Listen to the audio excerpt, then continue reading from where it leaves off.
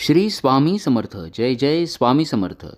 ओम नमो भगवते वासुदेवाय पुरुषोत्तमाय. अधिक मास महात्म्य अध्याय 13वा. द्वादशी तिथीचं महात्म्य आपण मागील अध्यायात ऐकलं. द्वादशीचं व्रत नियमित करून ज्यानं पुण्य संपादन केलं होतं असा अंबरीश राजा आणि या अंबरीश राजाच्या भेटीला दुर्वास ऋषी देवेंद्र इंद्राच्या सांगण्यावरून गेले. श्री गणेशाय नमः. श्री पांडुरंग रुक्मिणी रंगा मुनी मानस हृदय भृंगा नाम अनामातीत अभंगा नेई भंगा दुरिताते ऐका श्रोते सादर आता मागील कथा भाग निरुता अनुमोदन देऊनी तत्वता परिसा आता कथानक ऋषी माजी शिरोमणी महाराज दुर्वास मुनी वास वाते विचारुनी निगता झाला तत्काळिक 60 सहस्र ऋषींचा मेळा घेऊन पातला भूतळा मार्गी चालता तयाला विचार आठवला मानसी दुर्वास विचारी निजमनी ते धन्य या त्रिभुवनी जे अर्पिती द्विजा अन्नदानी कृतकृत्य तयाने पै सुफळ तयाचा जन्म पाही व्रत तपे दाने सर्वही तीर्थाटने आदी करूनही साधिली त्याने द्वादशी ते धन्य आचरती व्रताते अनुसरले अन्नाते तेची प्रिय केले भगवंते पापलेश तया ते नातळे. द्वादशी तिथीला जे मनोभावे स्नान दान जप तप नामस्मरण करतात, पुरुषोत्तम भगवान यांची साधना करतात, ब्राह्मणाला याचकाला अन्नदान किंवा कुठल्याही प्रकारचं दान देऊन तृप्त करतात, त्यांच्या जन्माचं सार्थक होतं. आणि अधिक मासातील मलमासातील द्वादशीला जे कोणी असं पुण्यकर्म करतो त्याच्या जीवनातील पापांचा नाश होतो. आणि ज्यानं माहिती असूनही द्वादशीच्या दिवशी किंवा कधीच अन्नदान केलं नाही, कुठल्याही प्रकारचं दान केलं नाही, कुठल्याही प्रकारचं पुण्यकर्म केलं नाही, पुरुषोत्तम भगवान यांची साधना केली नाही, त्याचं जीणं त्याचं जगणं व्यर्थ आहे. म्हणून धन्य तो अंबरीश जो दाना माझी दानाधीश सकळ भूसुरा माझी ईश नसे लवलेश पापाचा पुण्यवंत तो भूपती जाण करू तयाचे दर्शन मग अग्रभागी जे कथन सुखे करुणी घडवते ऐसी चित्ती विचारणा करुणी चालिला ऋषिराणा त्वरे पावला नृपभवना केली गर्जना समस्ती. दानशूर राजा अंबरीश याच्या दरबारामध्ये दुर्वास ऋषी हजर झाले. अंबरीश राजाला दुर्वास ऋषींना पाहून अत्यंत आनंद झाला. त्यानं दुर्वास ऋषींच्या चरणी लोटांगण घातलं. तो त्यांची स्तुती करू लागला. नम्रपणे त्यानं त्यांचं पूजन केलं. दुर्वास ऋषींनीही त्याच्या दरबारामध्ये राजाचा जय जयकार केला. अंबरीश राजाच्या दरबारामध्ये नेहमीच ब्राह्मणांना मान सन्मान मिळत असे. तो त्यांना दान देत असे. ब्राह्मण पातलिया निजगृही भूलतेसी ग्रंथी घालिती पाही म्हणती आमुचा हात रिकामा नाही परता होई भटबाबा ऐसे जे ब्राह्मण शते धिक्कार असो तया ते तैसा नभे अंबरीश रूपनाथ परमभावार्थ विनवीत म्हणत धन्य आजीचा पर्वकाळ माझा भाग्योदय झाला सफळ घेऊनी समुदाय सकळ ग्रहा पातलान प्रार्थिता बोलोनी ऐसे मधुरवाणी आसन दिदले समस्ता लागुनी पूजा प्रकार आणूनी पुरस्कार पूजनी अनुसरला. दुर्वास ऋषी त्यांच्यासोबत आलेल्या सर्व ऋषीमुनींना राजानं आसन दिलं, त्यांचं पूजन केलं. दुर्वास ऋषी मग राजाला म्हणाले, कालची एकादशी झाली, संपूर्ण दिवसभर आम्ही उपवास केला. द्वादशीचा योग पाहून तुमचं दर्शन घ्यायला आलो आणि द्वादशीला कालचा उपवासाचं पारणं आम्ही करणार आहोत. पण अजून स्नान संध्या केली नाही. रात्रीचे 3 प्रहर झाल्यानंतर स्नान संध्या आटोपून लागलीच आम्ही परत येतो. दुर्वास ऋषींचं हे बोलणं ऐकून राजाला अत्यंत आनंद झाला. ऐकून ऋषींचे उत्तर मनी हर्षयुक्त नृपवर म्हणे कृतकृत्य झालो फार केला उद्धार महाराजा आजी साधन द्वादशी मी लाधलो परम सुकृतेसी पार नाही माझ्या भाग्यासी समुदयासी पातलेती तरी स्वामींचे दये करुण सकळ पदार्थ अनुकूल जाण परी असे एक विज्ञापन कृपा घना परिसिजे माझा तव अलोट नेम जो हरिहराते दुर्गम तो सिद्धी न्यावाजी सुगम कृपा करुणी दातारा तरी साधिजे साधन द्वादशी विलंबन लावावा स्नानासी न होता भानु उदयासी भोजनासी बैसावे हीची विनंती परिसावी कृपाळुत्वे सिद्धी न्यावी तथास्तु म्हणे भट गोसावी समुदाय ऋषी रावो. माझं आज भाग्य उजळलं. द्वादशीच्या या पावन पर्वावरती आपण सर्व ऋषीगण या ठिकाणी आले आहात. माझी आपल्याला एकच विनंती आहे की माझा एक नियम आहे. सूर्योदयापूर्वी मी एकादशीच्या उपवासाचं पारण करत असतो. आपण त्याच्या आत स्नान करून या आणि भोजन ग्रहण करा. स्नानाला विलंब लावू नये आणि सूर्योदयापूर्वी भोजन घ्यावे अशी मी आपल्याला नम्र विनंती करतो. राजाच्या या विनंतीला दुर्वास ऋषींनी होकार दिला. तथास्तु म्हणाले. ऋषीगण स्नानासाठी गेले. राजा घाईनं पाकशाळेत गेला. दुर्वास ऋषी आणि अन्य ऋषींसाठी त्यानं षड्रस अन्नाची तयारी सुरू केली. राजानं नेहमीप्रमाणे नित्यनियमानं स्नान, देवांची पूजा, षोडशोपचार पूजा, पंचमहायज्ञ इत्यादी आटोपून दुर्वास ऋषींची तो प्रतीक्षा करू लागला.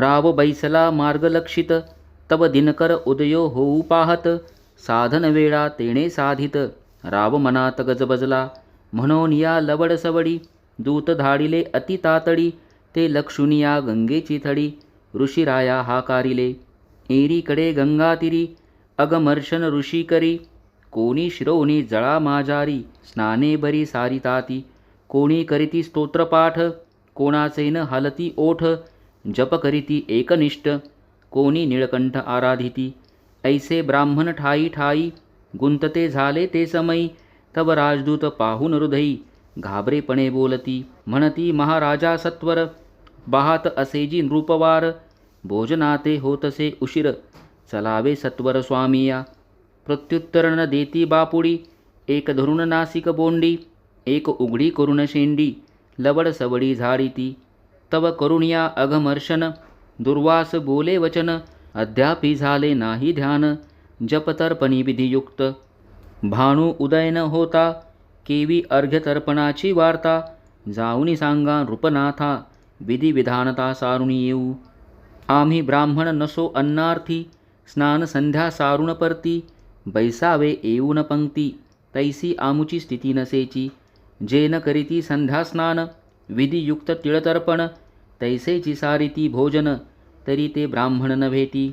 आपली रोजची पूजा आटोपून राजा दुर्वास ऋषींची वाट बघत होता. सूर्योदय व्हायला आला तरी ऋषींचा पत्ता नाही हे बघून त्यानं आपल्या दूतांना नदीच्या तीरावरती पाठवलं. तेव्हा दूतांनी बघितलं की असंख्य ऋषीगण स्तोत्रपठणामध्ये, मंत्रपठणामध्ये, साधनेमध्ये मग्न आहेत. घाबरतच दूतांनी या सर्व ऋषींना विनंती केली की सूर्योदय व्हायच्या आत आपल्याला उपवासाचं पारणं फेडायचं आहे. राजानं आपल्या सर्वांना मला निरोप देण्यासाठी पाठवलं आहे. तेव्हा दुर्वास ऋषी म्हणाले, तर्पण विधी झाल्याशिवाय आम्ही येणार नाही. आम्ही ते ब्राह्मण नाही जे फक्त स्नान संध्या करून लगेच जेवणाच्या पंक्तीला येऊन बसतात. सूर्योदय झाल्याशिवाय, तर्पण विधियुक्त झाल्याशिवाय आम्ही येणार नाही. राजाला एवढा निरोप सांग. ऐसे ऋषींचे उत्तर ऐकून दूत परतले सत्वर, जेथे असे नृपवर सांगती सत्वर वृत्तांत, नृपे ऐकून वचनासी, परमसंकोचित मानसी, म्हणे विघ्न दिसे द्वादशी, न साधे साधनासी आजीपै, तरी उपावो करावा कवन, परम कोपिष्ट दुर्वास जाण, शाप देईल न लागता क्षण, परम विघ्न उदेले हे, आजपर्यंत साधनासी पाही, अपायो घडला नसे काही, अहो देवा हे काही, कैसी नवाई उदेली, ऐसी चिंता करिता हृदयांत, परमसचित्त नृपनाथ, तव संधी पातली त्वरित, साधन वेळा द्वादशी, मग नृपे विचारुण मानसी, करिता झाला महायज्ञासी, नैवेद्य अर्पुनी महाविष्णुसी, देवतीर्थासी प्राशिले. दूतांचा असा निरोप ऐकल्यानंतर राजा चिंतेत पडला. द्वादशीचा आपला जो नित्यनेम आहे त्यामध्ये आता खंड पडणार का अशी त्याला शंका वाटली. आणि दुर्वास ऋषी रागिष्ट होते, राजाला माहिती होते, आणि ते आपल्याला शाप न देऊ ही देखील चिंता त्याच्या मनात होती. मग राजानं मधला मार्ग काढला. श्रीहरी भगवान विष्णूंचं स्मरण केलं, यज्ञ केला आणि श्रीहरीचं तीर्थ घेऊन पारणं केलं. दुर्वास ऋषी मग सर्व ऋषीमुनींसह राजाचा जय जयकार करत राजाच्या दरबारात पोहोचले आणि म्हणाले, पंचयज्ञ करून आता देवाला नैवेद्य अर्पण करू. राजा, आमच्यामुळं तुझ्या व्रताला थोडासा उशीर झाला. तेव्हा राजा म्हणाला, उशीर झाला त्यामुळं मी भगवान विष्णूंचं श्रीहरीचं तीर्थ घेऊन उपवासाचं पारणं केलं आहे. आपण आता सर्वांनी भोजन ग्रहण करा.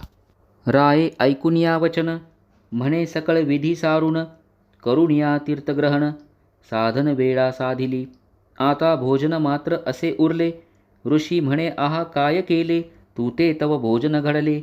शेष उरले ब्राह्मणाते, तीर्थप्रसाद ग्रहण करिता. तरी भोजना समानची तत्वता, आम्ही न सेवूची आता. शेष अन्न रूपवर्या, तू तव परम सुज्ञराया. केवी आचरलासी हे क्रिया, म्हणून परम क्रोध ऋषीवर्या. हृदया माझी उपजला, म्हणे चांडाळा पाही आता. मज ऋषी ते उपेक्षुन तत्वता, माझा महिमा तुवा नेनता. केविया व्रता साधिले, क्रोधे थरथरा कापतसे. दोन्ही अदरपुटी हलतसे, सर्वांगी क्रोधे लवतसे. काय बोलतसे राया ते, गर्व जाहला तुझिया मानसी. मीच साधितो द्वादशी, तरी स्वीकारी आता शापासी. भोगी गर्भवासी शतजन्म, ऐसा शाप ऋषी वदता. घाबरा झाला नृपनाथा, म्हणे केऊता उदेला अनर्था. म्हणून कापत थराथरा, पहा केवढा अनर्थ राया ते. अभिमान ओढवला तया ते, अभिमान न साहे भगवंता ते. प्रियतया ते निराभिमान.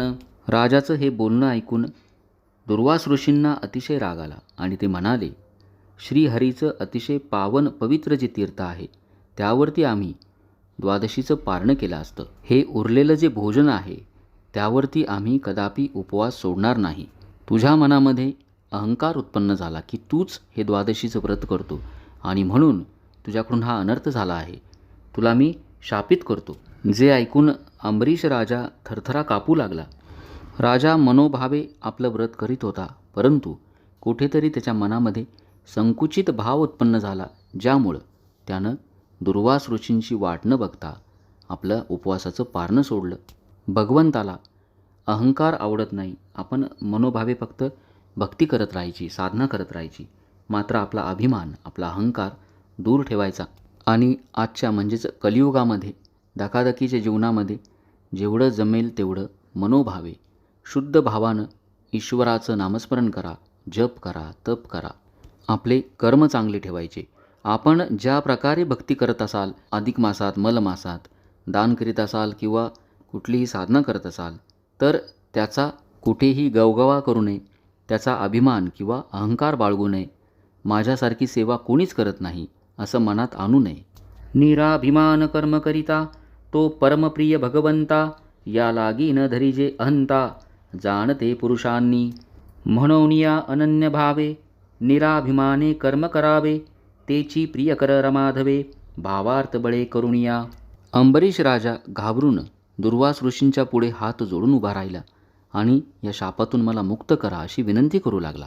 दुर्वास ऋषी मात्र क्रोधित झाले होते, ते ऐकायला तयार नव्हते. मग अंबरीश राजाने भगवान विष्णूंचा धावा सुरू केला. या शापातून मुक्त करण्याचा उपाय आता मला तुम्हीच सुचवा अशी भगवान विष्णूंना तो व्याकुळ विनंती करू लागला. म्हणे वैकुंठवासी रमाधवा, धाव कैवारिया. केशवा मी तव अनुसरलो जीवभावा.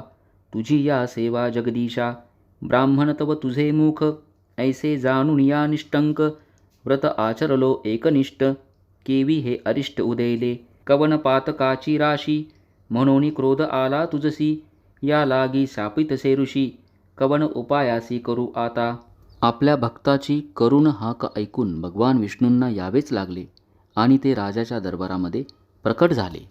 सहस्त्र चपळे समान, तेज फाकले दैदिप्यमान. एकाएकी शेषशयन, येऊन उभा टाकला. राये पाहताच नयनी, दंडप्राय लोटांगणी. उभा ठेला बद्ध पाणी, स्तुतीस्तवनी अनुवादे. दुर्वासे घातला नमस्कार, उभा समुदायेसी सत्वर. स्तुतिवादे जगदीश्वर, ऋषेश्वर पूजितसे. ऐसे होता तयवेळी, बोलता झाला वनमाळी. नृपवरा पाहून ते वेळी, मुख कोमाले दिसतसे. मग बोलत असे नृपवर, कथिता झाला समाचार. म्हणे परम कोपिष्ट ऋषेश्वर, निरर्थक शापिले. ऋषी शापाचा वणवा, जाळू पाहे देह भावा. कृपाळू तू मेघकेशवा, शीतळ करी वर्षोनी. ऐकून नृपाची करुणा, बोले वैकुंठीचा राणा. म्हणे दुर्वासेन करिता विचारणा, शापिला राणा अंबरीश. आधीच मलमास विशेष, वरी द्वादशी तिथी सरस.